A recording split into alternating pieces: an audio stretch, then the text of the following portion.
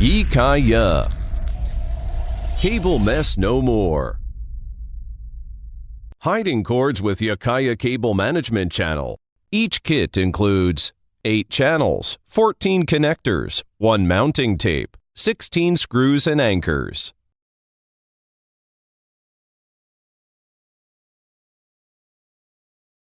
Clean the wall or surface area.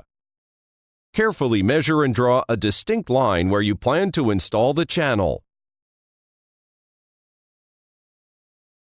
Cut the channel to the desired length.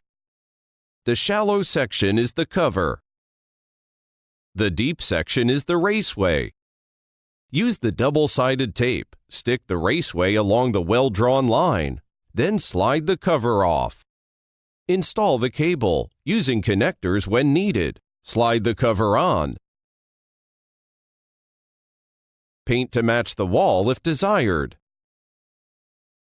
If you prefer, you can install with screws and anchors. Each cord management system also comes with mounting screws and anchors.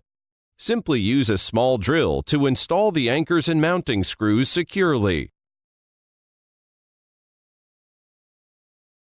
Concealing cables makes a huge difference.